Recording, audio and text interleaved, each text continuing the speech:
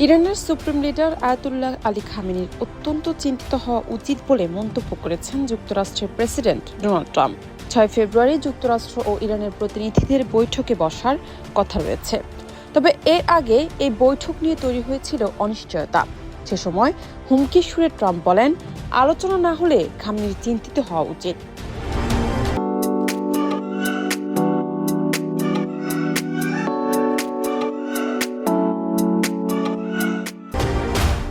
নানা নাটকীয়তার পর শেষ পর্যন্ত আলোচনায় বসতে রাজি হয়েছে যুক্তরাষ্ট্র ও ইরান। ওমানের রাজধানী মাসকাটে দুই দেশের প্রতিনিধিদের এই বৈঠক অনুষ্ঠিত হবে। ইরানের পররাষ্ট্রমন্ত্রী আব্বাস আরগসি বিষয়টি নিশ্চিত করে জানান, ৬ ফেব্রুয়ারি মাসকাটের স্থানীয় সময় সকাল ১০টায় বৈঠক শুরু হবে। যুক্তরাষ্ট্র এই আলোচনায় ইরানের পারমাণবিক কার্যক্রমের পাশাপাশি ব্যালিস্টিক ক্ষেপণাস্ত্র কর্মসূচি এবং প্রক্সি বাহিনীকে সহায়তার বিষয়েও আলোচনা করতে চায়। তবে ইরান স্পষ্টভাবে জানিয়ে দিয়েছে, পারমাণবিক কার্যক্রম ছাড়া অন্য কোনো বিষয় নিয়ে তারা আলোচনায় বসবে না। এই কঠোর অবস্থানের কারণেই এক পর্যায়ে যুক্তরাষ্ট্র আলোচনা থেকে সরে যাওয়া ইঙ্গিত দেয়।